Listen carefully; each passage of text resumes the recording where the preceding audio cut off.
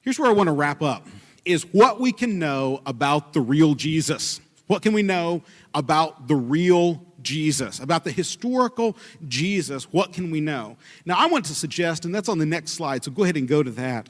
I want to suggest 4 things. One of them I've already talked about extensively in the last session, is that first one. That testimony about Jesus, first off, was copied accurately. This is really important because of the fact that if it was not copied accurately, obviously we can't trust it. So I want to suggest it was copied accurately. But I want to go through 3 other things. It was formulated soon after his death, and it circulated reliably.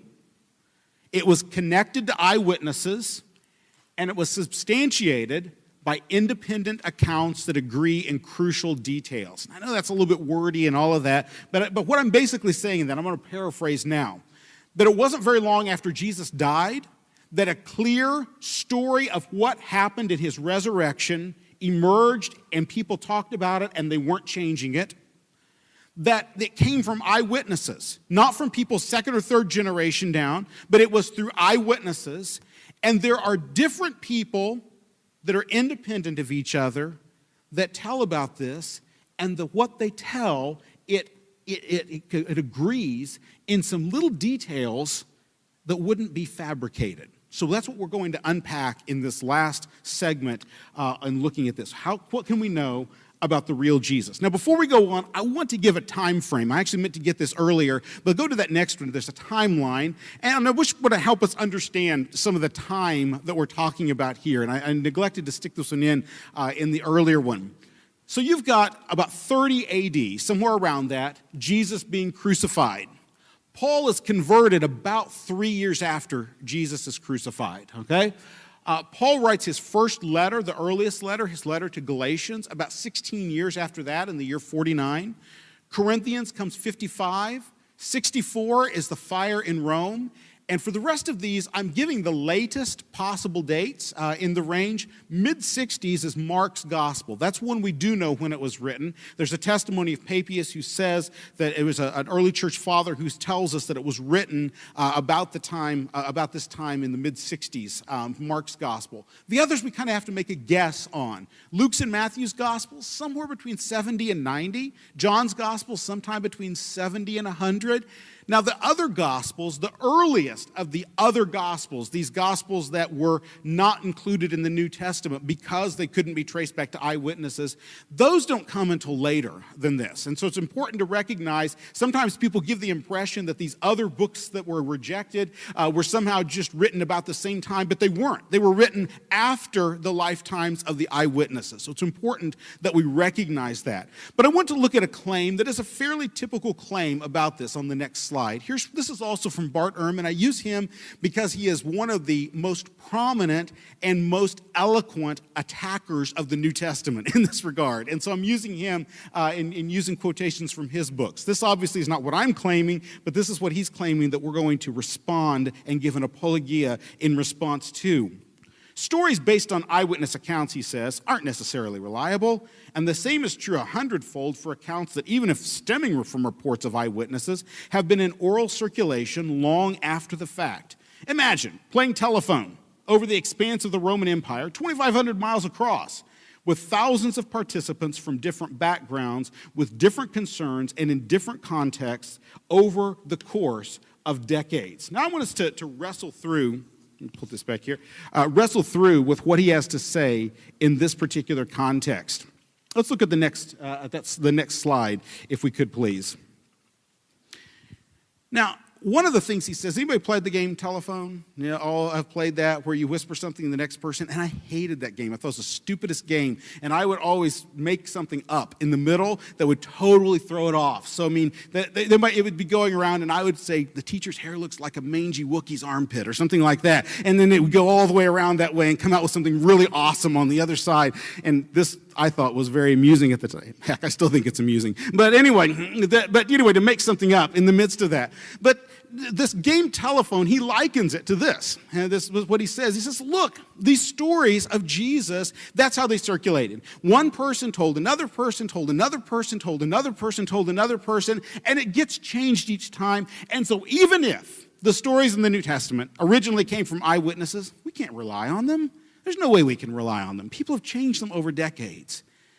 I don't think he's right on this, and I want to unpack why, but I also want you to recognize that in some ways, how easily this can make sense. Because as I noted earlier, it's the 60s and the 70s AD, so 30 to 40 years after the time of Jesus, before the Gospels are written down. That's a long time. But I do believe that the stories are still reported accurately over that time period, and I want to demonstrate why. The first aspect of this is that in the culture of the first century, it was an oral culture. That is to say that people passed things down in stories that could be memorized and learned, and they could reliably circulate for decades. Now, this isn't even just in their century, their culture at their time. For example, in my own experience, there's a point at which we worked with the Lakota Indians in South Dakota. And there's a story that they have of the white buffalo calf woman. It's a great story. I won't go through the whole story, but it's this great story it's the story of the white buffalo calf woman.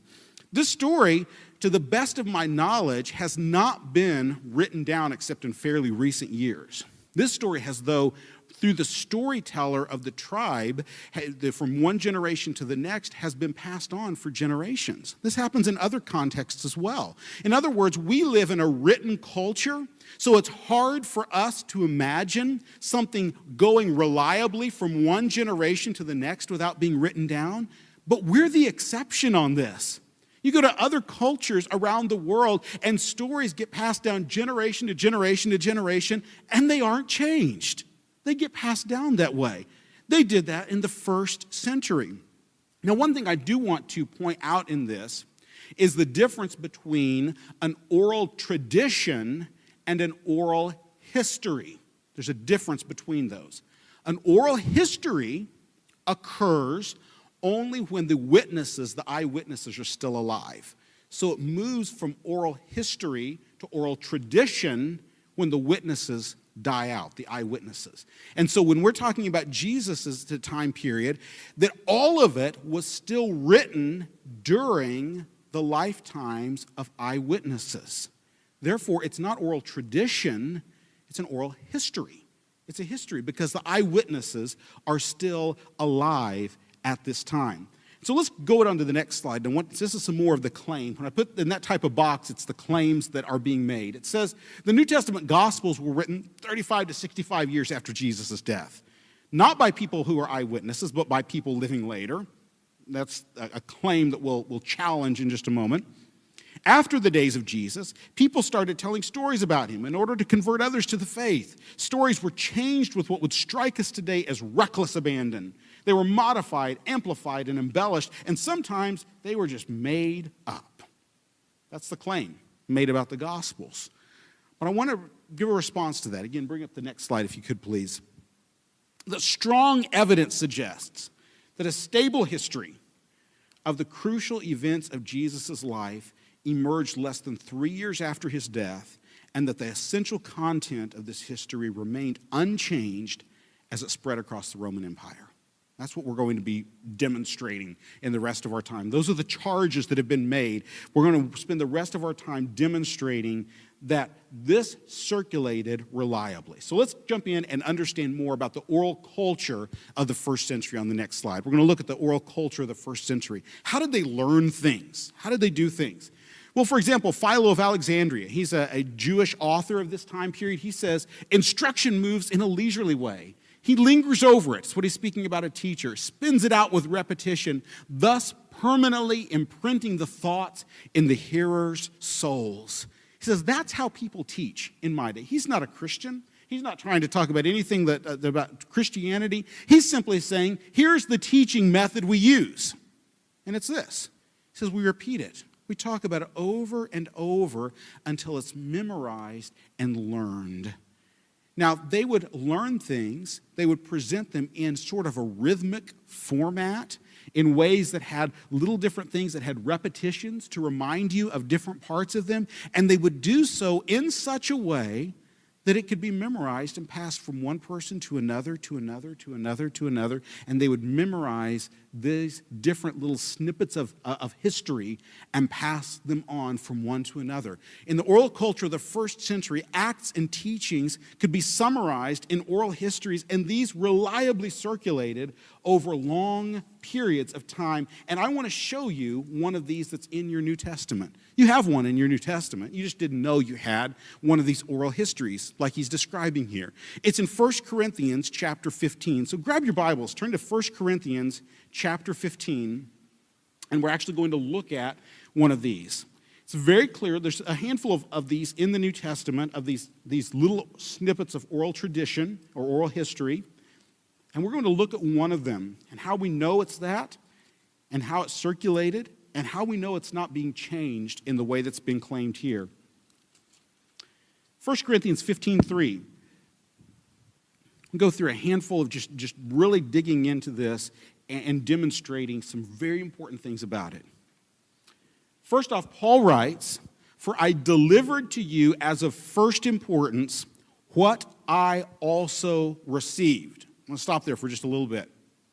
He uses two Greek words there, paralambano and paradidomi. Now, that's the words for handed on and received. All right? That's what those words are for, is passed on or handed on and received. Those two words are technical terms, key terms that are used in the first century for the purpose of saying this is an oral history we're passing on. This is a bit of tradition. Those are used to introduce that. When those two words are used together, it's a way of introducing something that has been learned and passed on in that way. That's how these terms are used in the first century. So it's passed on in that way. So what I delivered unto you, that which I also received, it is a way of affirming that I'm not changing anything that I'm passing on to you. I'm not changing it. I'm giving you exactly what I got, and here it is. Now, sort of as a sidelight in 1 Corinthians, one of the things that's important about that is, what is Paul's relationship with the Corinthian church? Is it on good terms or bad terms at this particular moment? You remember in the context here?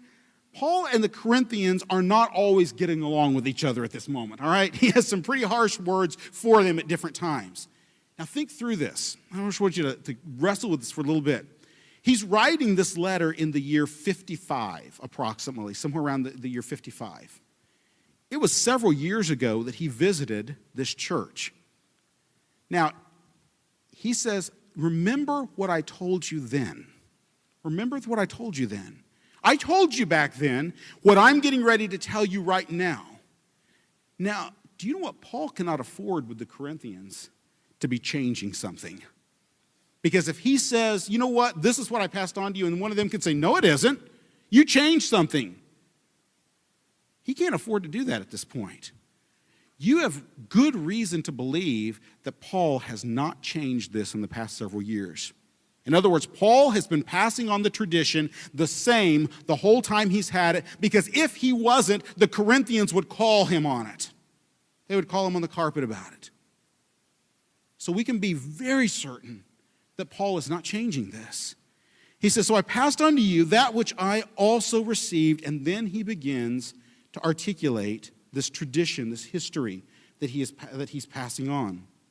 He says here, that Christ, that the Messiah died for our sins in accordance with the Scriptures, that he was buried, that he was raised on the third day in accordance with the Scriptures, and that he appeared to Cephas, and then to the 12, then he appeared to more than 500 brethren at one time, most of whom are still alive, though some have fallen asleep, then to James, the apostles, and he goes on in this list.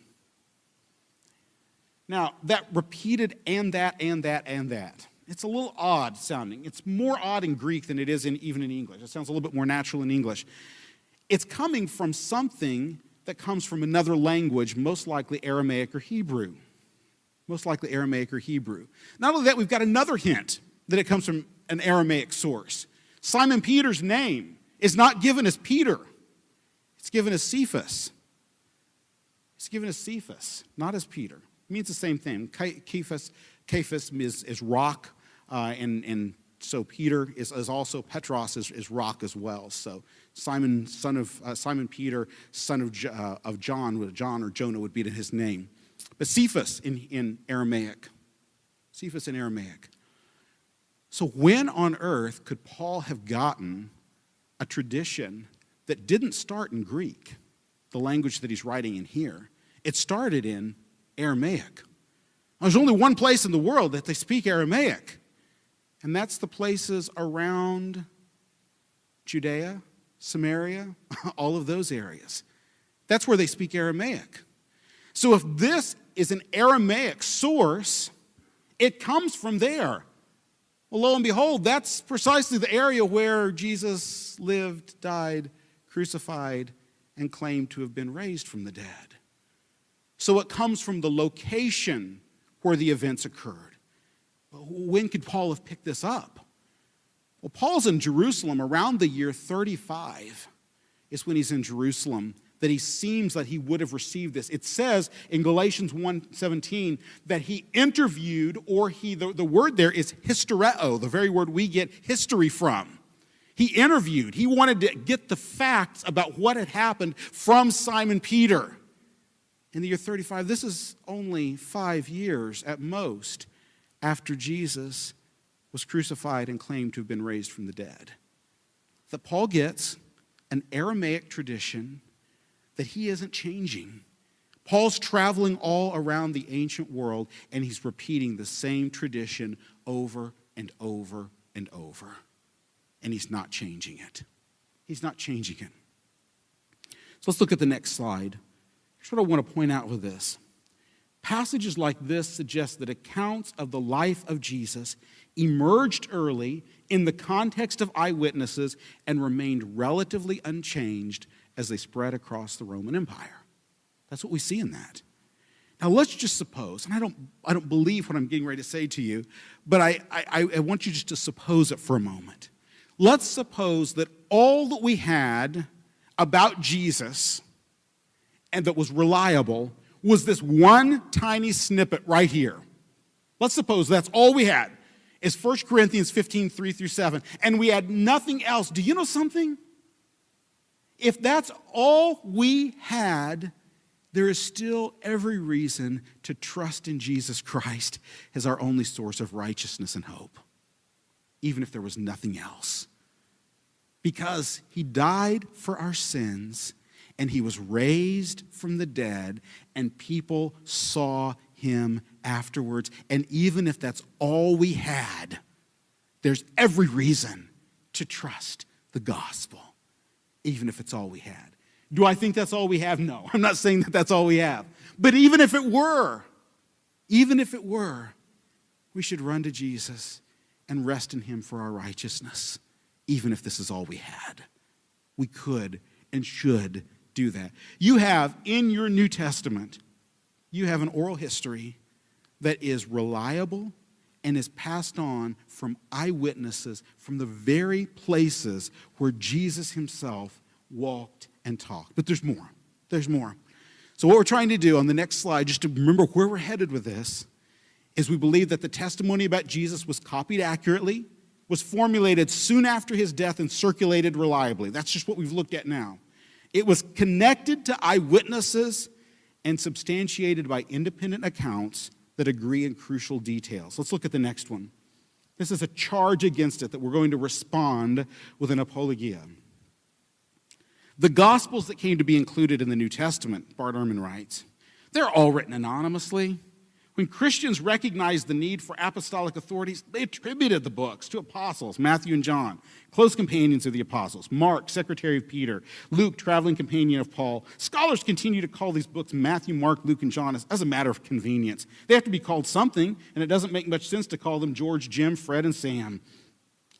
So that's the claim right there, that these were all, they're written anonymously. Now, here's what's to understand about this. The reason he makes this claim, we can go into the next slide to see this. The reason he makes this claim is that it is true that some of the earliest manuscripts of the Gospels don't have any title on them. They don't have a title on them. It doesn't say anything about Matthew, Mark, Luke, and John. They don't have the titles on them in the earliest ones. We know that because once titles start being added, the titles are slightly different at times. Now, he jumps from that and says that means they were written anonymously. Now, I want to say two things about that. One of them is that's not necessarily true, because do you remember what I said about how they tagged books in the ancient world when they were in their wine cellar thing, you know? They put little leather strips on them and they wrote the names. It could just be that those little leather strips have been lost and rotted away over the years and that they were tagged. Now, I'm going to give him the benefit of the doubt and say that wasn't the case, but I think it very possibly could have been the case. But I'll give the benefit of the doubt and say, let's just set that aside, because that we don't know for sure, and we want to be more certain in what we say. But there is still a very good reason to believe that these books were known to have come from Matthew, Mark, Luke, and John, even from the beginning. And I want to demonstrate why we know that. Now, before I do that, I want to look at just kind of help you understand how these were circulating in the ancient world. So let's go to the next slide, as a map right here. This is a map of the Roman Empire right here, and just just three different things, just so you understand the breadth of how far they were spreading, okay? In Rome, early to mid-2nd century, you've got Justin Martyr, who speaks of Mark's gospel as Peter's memoirs. You've also got the Muratorian fragment that I mentioned earlier that says about the third gospel. Their book is the gospel according to Luke. The fourth one is of John. So these people, by the mid-2nd century, they know about the gospels. They've got the gospels. Papias of Hierapolis in Asia Minor, he speaks of Mark's gospel and Matthew in the early 2nd century. He's aware of those. There's a fragment of John from the late 1st century called Papyrus 52 that was found all the way down in Egypt. So all I want you to see in that is that the New Testament books in the 2nd century had spread all over the world. We had hints of them from all over the world, the known world of that time period. There are hints of them all over the known world. Now, here's what, and gets a little bit technical, so just jump in and try to follow me on this, because this is pretty important on this. Now, what Bart Ehrman says, he says, look, the titles are different on the Gospels. And they don't start having titles to the early 2nd century. So he says what happened was that as these books circulated, they just added titles onto them to make them seem like they came from apostles, and they didn't necessarily come from Matthew, Mark, Luke, or John. All they did is that they just added titles on to make them seem apostolic, to make them seem like they came from. Do you see the claim that's being made on that? He's saying that these books didn't have any titles at all, and they added names to make them seem like they were authoritative. Matthew, Mark, Luke, and John just got added to them. Now keep that in your minds really firmly. That's the claim that's being made, is that they started adding titles in the 2nd century, and they chose those titles just to make the book seem authoritative, even though they didn't come from these at all. Now let's look at the next slide. Now, do you remember how far that the books had spread across the Roman Empire? And do you remember the claim is that they just started adding titles on? But let's suppose that would have happened. Let's suppose you've got all the way over in Rome, they have these 4 anonymous gospels with no titles. All the way over in Asia Minor, they have these 4 anonymous gospels. All the way down in Egypt, they have these 4 anonymous gospels. I remember no telephones, no email, not even telegraph, nothing like that they're operating with. What would you see in the manuscript evidence if they just started making up names? I'll tell you what, first off, they're not going to put Mark's name on one. They're not going to put Luke's name on one. But you'd see something else too. You'd probably see down in Egypt maybe that the 4 gospels would be called Andrew and Nathaniel, the gospel of Nathaniel, the gospel of Andrew, the gospel of Simon, the gospel of, but up in Asia Minor, you'd see them making up different names. So what we should see when we look at the manuscript evidence, if they've just fabricated titles, is there should be dozens of different ones of titles. You could probably find Gospels of Matthew with Peter's name on them and Andrew's name. Because they had no way of coordinating with each other to get the same name on these Gospels. They had no way to coordinate that. to get the same name on the Gospels. But do you know what you actually see when you look at the manuscript evidence? Every gospel according to Matthew, no matter where it comes from, that has a name added to it, it mentions Matthew. Every one of them mentions Matthew. None of them have Andrew or Peter or anybody else. It's always Matthew once they start adding the name. That doesn't matter if the manuscript is from Rome or from Asia Minor or Egypt or wherever it is. They always have Matthew's name on Matthew's gospel. Mark's name always ends up on Mark's gospel. Luke's name on Luke's gospel. John's name on John's gospel. That would not happen if they were fabricating names. So here's what happened. How on earth did people in Asia Minor, Rome, North Africa, all the way around the world, how on earth did they start adding names to the Gospels and happen to get the right names, the same names as everybody else all over the world? How did they get that? We're going to talk about that in just a moment, but I want you to see one thing first. Go to the next slide, please. If you look up there at this one, the top one says Kata Ioannein, according to John, okay? According to John. The bottom one, though, says gospel according to John. What I want you to see in that is that's what the type of things you see. They'll have different titles, but they'll always have the same author listed. So, for example, in Matthew, sometimes you see just kata mataion, according to Matthew. Sometimes you see euangelion kata mataion, gospel according to Matthew. A couple of times you see the divine message of the gospel according to Matthew, this really long, convoluted title, but you always have Matthew on Matthew's gospel.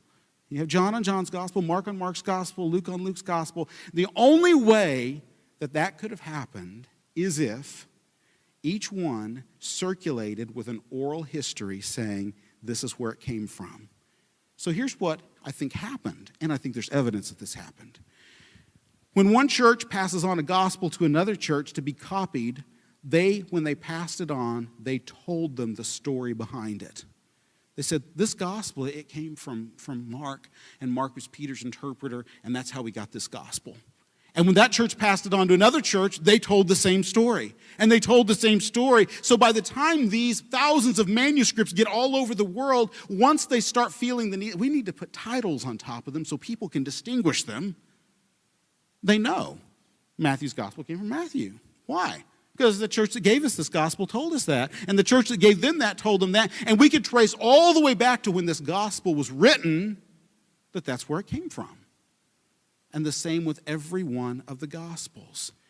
So when they passed on the Gospels, they didn't just pass on a text, they passed on a tradition that said this is where it came from. And it was a tradition that was traceable back to the very source of that gospel.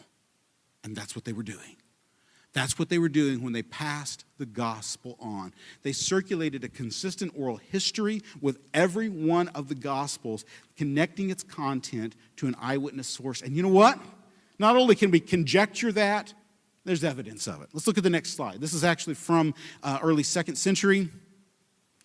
Papias of Hierapolis says, Mark, Peter's interpreter, he reports this, says, this is what I was told, this is the oral history came about this, wrote accurately as much as he remembered, though not in ordered form, of the Lord's sayings and doings. Matthew, in the Hebrew dialect, it's a little bit uncertain what that means, placed sayings in orderly arrangement. But what he's saying in that is, this is when I got these Gospels, this is the story that was passed on with these. We don't have it just from Papias. We've got it from others. Go to the next one, if you could, please. Polycarp lived in the late 1st, early 2nd, and into the mid-2nd century. Irenaeus records his words toward the end of the 2nd century. He says, Matthew composed his gospel while Peter and Paul were preaching the gospel in Rome and building up the church there. After their deaths, Mark, Peter's follower and interpreter, handed down to us Peter's proclamation in written form. Luke, Paul's companion, wrote in a book the gospel proclaimed by Paul. Lastly, John composed the gospel while living in Ephesus. Not only that, I mentioned earlier the Muratorian fragment on the next one.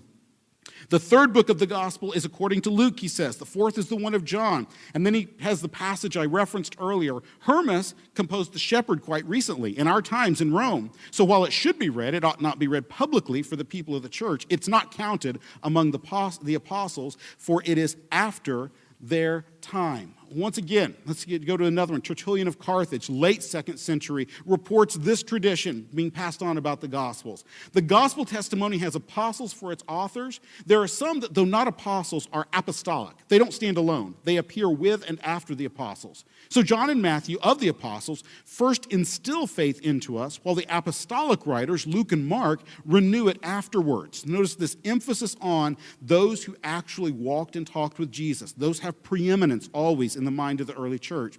Never mind that there occurs some variation in the arrangement of their narratives, as long as there is agreement in essential matters of faith. The Gospels can be traced back to eyewitnesses. I want you to see it's so important. They didn't come up with the Gospels later on the basis of conjecture and making things up. They could trace them from the very beginning back to eyewitnesses. Now, the last point I want to make has to do with independent testimonies. All we're going to look at is just the resurrection, because as you've kind of probably guessed by now, I think the resurrection is pretty important, okay? You may have guessed that by now, but I think it's pretty important, and so we keep going back to it quite a bit. And I want us to look at the independent testimonies about the resurrection. And going back to something I mentioned earlier, if you're in a court of law and you have 4 witnesses who tell the same story, and they tell it word for word the same, you're going to be suspicious. But if you have 4 witnesses who tell essentially the same story, but it's slightly different, that's pretty good. But if you have 4 witnesses, 3 or 4 witnesses who tell the same story, and not only do they tell the same story and they agree in essential details, but there's 1 or 2 odd, quirky details that all of them report that nobody would make up. That's when you rely on it. I want to demonstrate to you that that's what we see in the resurrection accounts. We've already looked at 1 Corinthians chapter 15. Notice the essential truths there. The crucifixion, he's raised on the 3rd day, and many people saw him alive. Mark 16, I'm going to give the skeptic the benefit of the doubt. I'll only count Matthew, Mark, and Luke as 1 witness instead of 3, okay? Because I think that Matthew and Luke are reliant on Mark. That's like the witnesses that give almost word for word the same thing. So I'll say they're relying on it and count that, give that only 1 vote. 1 vote. Those are written between 65 and 69, Mark is, based on an earlier tradition, most likely. Crucifixion, resurrection on the 3rd day, and this is what I want us to see, Mary Magdalene as first witness. This is not something you would fabricate. This is essential in this. You would not fabricate a female witness in the 1st century. In Jewish court, a woman can't testify at all. In Roman court, a woman can testify only under very narrow circumstances that are very clearly defined and limited. If you're going to fabricate something, you're not going to fabricate a woman as the first witness. And yet you've got that little odd detail in Mark. But then look at John. And John shows no evidence of having been dependent on Matthew, Mark, or Luke. If you read John, it just reads differently. It doesn't look like he's borrowing at all. In fact, in all of John's gospel, there's scarcely about 1 phrase that you could even find that is exactly like Matthew, Mark, and Luke in any way, shape, or form. He's not drawing from Matthew, Mark, or Luke. He's independent. Crucifixion, resurrection on the 3rd day, and Mary Magdalene is first witness. Odd little detail. Completely independent, and both report it. Now, Mark 16, 9 through 20, we talked about that a little bit earlier. I'm not going to count that as a witness either, because I think it comes too late. I'm totally going to give the skeptic the benefit of the doubt on this. We do have one that's sometimes called the Gospel of Peter, but it's just Papyrus Cairo 10759. It's a text that's part of a gospel that I don't think belongs in the New Testament, but it is a testimony that is very early, and it's totally independent of Matthew, Mark, Luke, John, or Corinthians. It's a totally different there's none of the wording that's borrowed. It is completely independent, this fragment of a gospel. And it has, lo and behold, crucifixion, resurrection on the third day, and that odd little detail of Mary Magdalene as first witness. That's pretty important. When it comes to the resurrection, you have 4 separate traditions that emerge completely separately that have the crucifixion and the resurrection on the third day. 3 of those have a detail that nobody would make up. Now, in any other looking at history, that's pretty clear evidence that an event happened. When people look at this, they want to come up with all sorts of other things. But that's pretty clear. When you have multiple independent witnesses to the same event that agree in some sort of an odd detail that nobody would make up.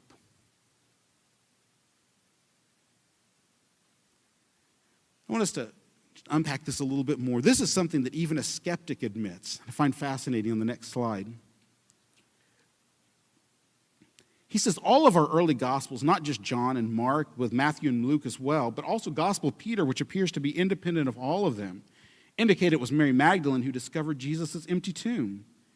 It seems hard to believe that this just happened by a fluke of storytelling. It seems much more likely that, at least with the traditions involving the empty tomb, we're dealing with something actually rooted in history. Now, this individual is a skeptic who goes on to deny that it was resurrection. He rejects the resurrection. But he says we're dealing with something rooted in history, even as he denies it. Denies that it was a resurrection. He says it has to be something else, not a resurrection. Not a resurrection. But what I want to suggest is that, on the next slide, if the most consistent historical evidence fits with a miraculous event, there's ever a reason to believe it happened. There's ever a reason to believe that the miraculous event happened. One last thing that I want us to look at in this, and that is the minute likelihood that anybody would have worshiped a God who had been crucified unless something as momentous as a resurrection occurred. Did you know that the word crucify was a bad word in the ancient world? It's a bad word. There's a document in which there's a prostitute who has a client who has wronged her, and as he walks out the door, she says, "Go crucify yourself." It's a bad word. You don't see it in polite literature in any way, shape, or form. They'll call it the ultimate penalty. They call it the extreme penalty. They'll call it the criminal beam. They'll call it all sorts of other things, but they won't use the word crucify. It's a bad word. You see the vulgarity of it. This is from Roman philosopher Seneca. I see the stakes there, not of one kind, but many. Some victims are placed head down. Some have spikes driven through their genitals. Others have their arms stretched out on the gibbet. The Romans did all sorts of different variations on crucifixion simply to strike terror in the faces of people so that they would see that through this is what we, the Roman Empire, will do to you if you rebel against us. This is what we'll do. And they would come up with horrific ways to crucify people. You couldn't crucify a Roman citizen. You had to be somebody who was not a Roman citizen even to be crucified. But it was a form of state terrorism for them to be able to frighten and terrify people. In fact, on the next slide, this is one of the first bits of graffiti. Yes, they did graffiti even in the ancient world. This is one of the first bits of graffiti that has anything to do with Christians. 2nd century probably. It says on there, Alexamenos sebete theon, just as minor point of obscure humor, that they even misspelled graffiti at that time. It should be spelled sebetai, not sebete. But anyway, they even misspelled. They couldn't even spell when they did graffiti back then. And so on this you see, on a cross, a naked man with the head of a donkey, And what alexamenos sebetethon means is alexamenos, a name, worships his God. This is making fun of somebody. This is found in slaves' quarters in the Palatine Hill in Rome. This is making fun of somebody who worships Christ. Alexamenos worships his God. He's a Christian. They worship a crucified God. What idiots. They worship a crucified God. Might as well be worshiping a donkey upon a cross as to worship a God who's done that. And once you see the vulgarity and the awfulness of crucifixion in the ancient world, do you seriously think, apart from a resurrection, anybody's going to come up with the idea that let's worship a guy who was on a cross?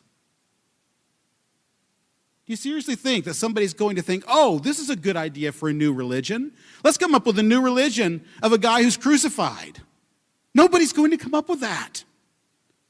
Apart from something so momentous as a resurrection, such that they are shaken from anything that would keep them from this. And they say, we will worship a God even who was crucified. That's where Christianity emerges from. And what I want us to see, and I believe that we do see in this so clearly, is that multiple independent witnesses testify to the truth of Christianity, the truth of the cross and of the empty tomb, and that it's not something anyone would have fabricated ever. It's not something they would have fabricated. It's not something they would have made up. When we look at the resurrection, there's very strong evidence for it. And so what we call people to is, what do you do with the empty tomb? What do you do with that? The church may have messed up. You may have been wronged. You may wrestle with how the world was created or why there's evil in the world. But what do you think of the empty tomb? What do you think of that? And if indeed the tomb was vacated by somebody who had been previously murdered upon a cross, if indeed that's the case, what are you going to do with Jesus? What will you do with this man? What will you do with this one who is clearly more than a man? What do you do with Jesus? And in apologetics, that's where we keep running to over and over and over, is what are you going to do with the empty tomb? What are you going to do with Jesus?